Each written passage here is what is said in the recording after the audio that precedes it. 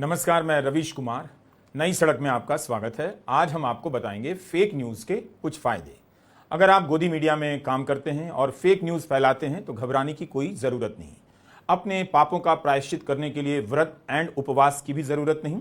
आप fake news फैलाते चलिए, आपका प्रमोशन अपने आप होता चलेगा। अगर आप सीनियर हैं तब तो चिंता की बात नहीं। अगर आप जूनियर हैं तो फेक न्यूज़ के अवसर की तलाश में लगे रहिए। गोदी मीडिया भले ही अपनी टैगलाइन में डंके की चोट पर सच बोलने का दावा करता हो, लेकिन आप डंके की चोट पर फेक न्यूज़ फैलाते रहिए। अब तो कई ऐसे एंकर हैं जिन्हें देखते ही उनके फेक न्यूज़ की याद आ जाती है। उनके नाम से इतने फेक न्यूज़ मशहूर हो चुके हैं कि असली खबर भी शर्मा जाए। यह भी याद रखिए, जब बड़े एंकर फेक न्यूज़ फैलाते हैं, शराब के नशे में कुछ बक आते हैं तो डेस्क पर काम करने वाले प्रोड्यूसर की नौकरी चली जाती है। ऐसा हो चुका है, ऐसा आगे भी होता रहेगा। आप देख रहे हैं रवीश कुमार नई सड़क। यह हमारा नया YouTube चैनल है। आप इसे आज ही सब्सक्राइब कर लें, पड़ोसियों को बता दें, किसी शादी में गए हैं बारातियों को बता दें। पुराने चैनल पर अगर कोई खतरा आया तो आप इस चैनल पर हमारा कार्यक्रम देख सकते हैं, तो सब्सक्राइब करना ना भूलें। रिपब्लिक चैनल के संपादक, संस्थापक, व्यवस्थापक, अध्यापक, प्राध्यापक अर्नब गोस्वामी ने माफी मांगी है। कांग्रेस ने माफी स्वीकार करने से इनकार कर दिया है। रिपब्लिक चैनल ने तुर्की में एक इमारत को कांग्रेस पार्टी का दफ्तर बता दिया। इस्तांबुल कांग्रेस सेंटर ICC नाम था उसका, जबकि कांग्रेस का वह दफ्तर नहीं था, तुर्की की नगरपालिका का कन्वेंशन सेंटर है। कांग्रेस का कहना है रिपब्लिक टीवी ने गलत इमारत की तस्वीर दिखाई ताकि पार्टी की छवि धूमिल की जा सके। इस बात को लेकर कांग्रेस ने बीजेपी के IT सेल के प्रमुख अमित मालवीय और रिपब्लिक चैनल के संपादक अर्नब गोस्वामी के खिलाफ FIR कर दी है। वीडियो में जिस वीडियो को लेकर विवाद हो रहा है उसमें आवाज तो अर्नब गोस्वामी की ही है, जिसमें वे कांग्रेस पार्टी से सवाल करते हैं कि आपका तुर्की में क्या बिजनेस है। इस्तांबुल कांग्रेस सेंटर की इमारत दिखाते हुए दर्शकों से पूछते हैं कि आपको पता है कि कांग्रेस पार्टी का तुर्की में रजिस्टर्ड दफ्तर है। 2019 में राहुल गांधी ने कहा हमें तुर्की में बड़ा दफ्तर खोलना चाहिए, अर्नब कहते हैं। कांग्रेस का कहना है कि उसे बदनाम करने के लिए यह झूठ फैलाया गया। इस पर अर्नब गोस्वामी के चैनल ने एक बयान जारी किया है। हम उस बयान पर अवश्य ही आएंगे, लेकिन पहले यह देखना चाहते हैं क्या 2019 में राहुल गांधी ने यह कहा था कि तुर्की में कांग्रेस का बड़ा दफ्तर होना चाहिए। यह बीजेपी कर्नाटका का ट्वीट है 12 नवंबर 2019 का। इसमें लिखा है कि धारा 370 की समाप्ति के बाद संयुक्त राष्ट्र में तुर्की ने पाकिस्तान का समर्थन किया। भारत का साथ देने के बजाय सोनिया गांधी और कांग्रेस ने तुर्की में दफ्तर खोला है। क्या राहुल गांधी भारत विरोधी ताकतों के साथ मिलकर साजिश कर रहे हैं? अगला दफ्तर पाकिस्तान में खोलेंगे। बीजेपी कर्नाटका ने यह दावा किस आधार पर किया, हमें इसकी पुष्ट जानकारी नहीं मिली। उस समय कांग्रेस ने इस ट्वीट पर क्या कहा था, इसकी भी जानकारी नहीं मिली। आपको मिले तो बताइएगा। अभी यह टॉपिक चलता रहेगा तो आगे के वीडियो में क्या पता शामिल कर लिया जाए। 2019 में राहुल गांधी ने कब और किससे कहा, इसकी भी इंटरनेट सर्च के दौरान जानकारी नहीं मिली। इस बयान की भी पुष्टि की जानी चाहिए, और ऐसा कहा होगा तो इसमें क्या गलत है, इस पर बहस होनी चाहिए। 2015 में तुर्की में प्रधानमंत्री मोदी के नाम से डाक टिकट जारी हो चुका है। तुर्की के राष्ट्रपति एर्दोआन और प्रधानमंत्री मोदी कई बार मिल चुके हैं। 2023 में जब एर्दोआन चुनाव जीते तब भी प्रधानमंत्री मोदी ने उन्हें बधाई दी और भारत और तुर्की के संबंधों में बढ़ोतरी की बात की।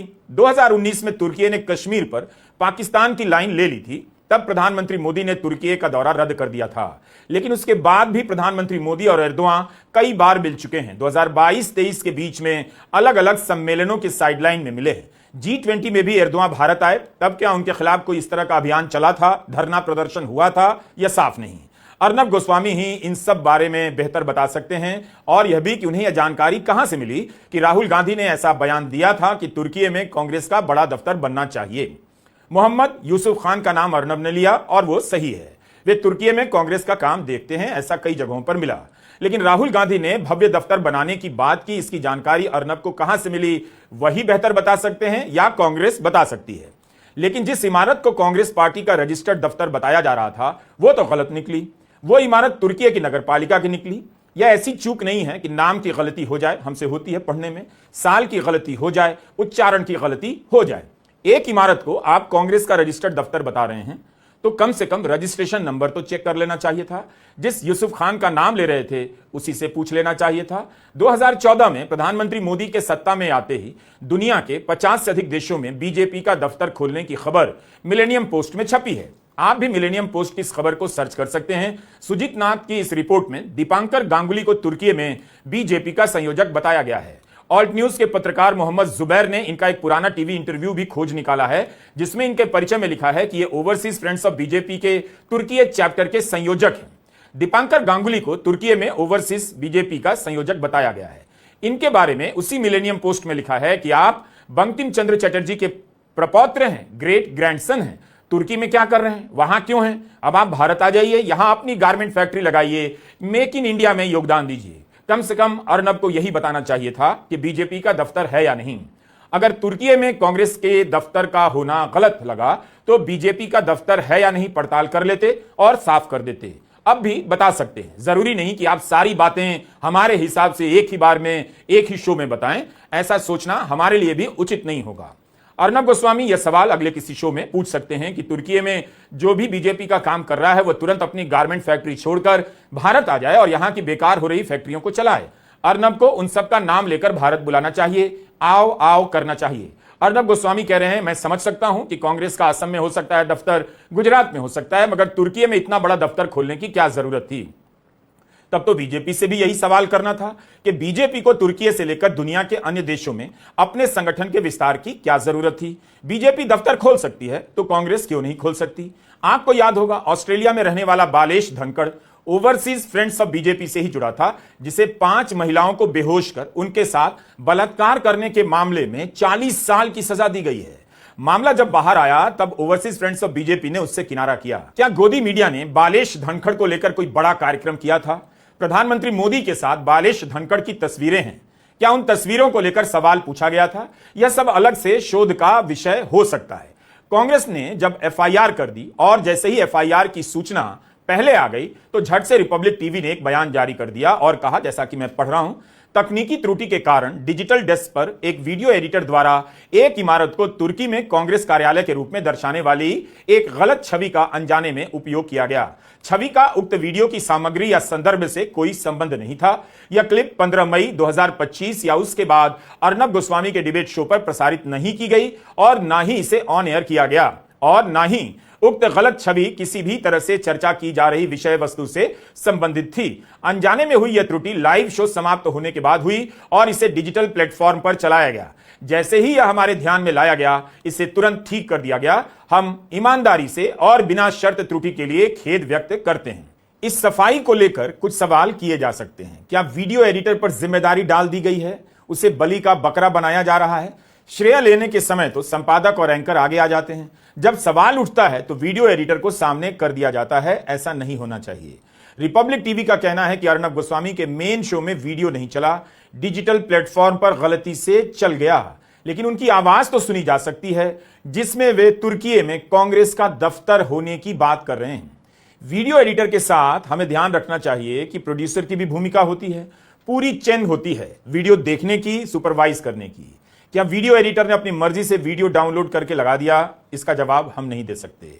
आपको बता दें कि इसी वीडियो क्लिप को बीजेपी के आईटी सेल के चीफ ने ट्वीट कर दिया और लिखा कि क्या आप जानते हैं कि तुर्की में कांग्रेस का दफ्तर है? अमित मालवीय ने यह भी लिखा कि दुश्मन का दोस्त भी दुश्मन होता है। कितनी बड़ी बात है और कितना गंभीर आरोप लगा दिया गया। कम से कम चेक तो कर लेना चाहिए। फेक न्यूज के कई स्तर होते हैं, इसमें अतिरेक को भी शामिल करना चाहिए। बढ़ा चढ़ाकर किए जाने वाले दावों को भी फेक न्यूज की किसी कड़ी में देखना चाहिए, लेकिन उस पर बात कभी अलग से।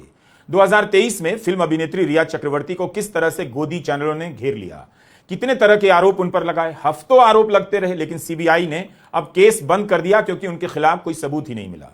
लेकिन इस तरह से आरोप लगाए गए कि रिया को गिरफ्तार करना पड़ा, 27 दिनों तक जेल में रही। ट्रिब्यून में रिया चक्रवर्ती के मामले में कवरेज पर एक रिपोर्ट छपी है। गीता सेशु की रिपोर्ट है, इसी साल मार्च की है। इसमें लिखा है कि उस समय प्रदीप भंडारी कैसे गोल गोल घूमते हुए उछलते हुए कवरेज कर रहे थे। अर्नब गोस्वामी का ड्रग्स 2 वाला वीडियो भी वायरल हुआ था। तो यह है पत्रकारिता का स्तर। जिस दम से दावा करते हैं वो कई बार गलत साबित हो चुका है। केवल रिपब्लिक नहीं, दूसरे चैनलों के बारे में भी यह साबित बात है। कितनी बार इन चैनलों के फेक न्यूज को पकड़ा गया है, पकड़ा जा चुका है, सजा भी हुई है। अर्नब गोस्वामी के मामले में कितना फेक न्यूज है यह तो अब अदालत में साबित होगा क्योंकि एफआईआर हो गई है। लेकिन रिया चक्रवर्ती के कवरेज को याद करना चाहिए। उस समय प्रदीप भंडारी मुंबई में ही कवरेज कर रहे थे। तब अर्नब गोस्वामी अपने चैनल पर उन्हें कंसल्टिंग एडिटर बोला करते थे। यह वीडियो आज भी रिपब्लिक के यूट्यूब चैनल पर है। अब प्रदीप भंडारी बीजेपी के प्रवक्ता हैं। पहले जिन चैनलों में पत्रकार बनकर काम किया उसी चैनल में प्रवक्ता बनकर भी आते जाते होंगे और सभी चैनलों ने इसे स्वीकार भी किया है, उन्हें कोई दिक्कत नहीं हुई। तो यह भी एक फायदा है। जो लोग रोते हैं कि उन्हें इतिहास नहीं पढ़ाया गया, वो फेक न्यूज का इतिहास अभी पढ़ लें। सभी फेक न्यूज को ऐतिहासिक होने का दर्जा प्राप्त नहीं हो सकता। लाइन में बहुत लोग लगे हैं, बहुत सारे फेक न्यूज मच्छरों की तरह भिन भिनाते हुए खत्म हो जाते हैं, कुछ ठंडे पड़ जाते हैं, लोग भूल जाते हैं, लेकिन समय समय पर उनका भी काम आ जाता है जब कोई जवाब देने के लिए खोज लाता है। 2000 के नोट में चिप लगाना, जीपीएस से पता लगा लेना, यह सब फेक न्यूज पुराने हो चुके हैं, नोटबंदी की यादों से जुड़े हैं। ऑपरेशन सिंदूर के बाद फेक न्यूज ने सारी सीमाएं तोड़ दी, आधा पाकिस्तान साफ कर दिया। कोलकाता से निकलने वाले अखबार ने कुछ गोदी एंकरों का फोटो छापा है, उनके साथ जुड़े नए फेक न्यूज की गाथा लिखी है। टेलीग्राफ ने ऑपरेशन सिंदूर के बाद बोले गए 5 बड़े फेक न्यूज की एक सूची बनाई, जिसे तमाशा कहा है। इनमें से 3 एंकर आज तक के हैं। टेलीग्राफ के अनुसार एक एंकर ने ब्रेकिंग न्यूज पढ़ दिया कि भारत ने पाकिस्तान को चारों तरफ से घेर लिया है और लाहौर और इस्लामाबाद पर हमला कर दिया है। जिस एंकर ने यह खबर पढ़ी उसे लेकर काफी आलोचना हुई। एक दूसरी एंकर ने अपने फोन से खबर पढ़ी, देखते हुए कि कश्मीर में फिदाइन हमला हुआ है, जिसका सेना ने खंडन कर दिया। यह सब टेलीग्राफ ने लिखा है। बाद में इसी चैनल की तरफ से माफी मांगी गई या सफाई दी गई, लेकिन पहले बताया गया उसके पहले कि यह चैनल कितना महान है, उसकी पत्रकारिता कितनी शानदार है। उसके बाद आखिर में इस पर अफसोस प्रकट किया गया। लेकिन जिन एंकरों ने गलत खबर पढ़ी, क्या उन्होंने माफी मांगी या उनकी तरफ से एक नई एंकर को आगे कर दिया गया? इसका मतलब यह हुआ कि गोदी चैनलों में फेक न्यूज से नुकसान नहीं होता।